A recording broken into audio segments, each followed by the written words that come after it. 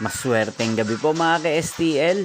Narito na po ang resulta ng STL Batangas para sa araw na to, third draw, February 21, 2025, araw ng Biyernes. Naway ang mga natayaan nyo pong mga numero kanina ay manalo nawa ngayong gabing ito, 8:30 PM. Kaya kunin nyo na po ang inyong mga tickets. Narito na po ang resulta.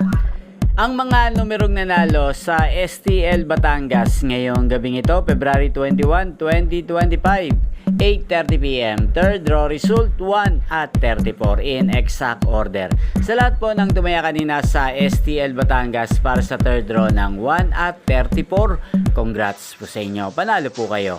At ngayong gabing ito sa STL Batangas, atin pong i-shoutout si Ate Andrea ng Batangas. Shoutout po sa inyo, Ate Andrea. Sana po ay nasa mabuti po kayong kalagayan.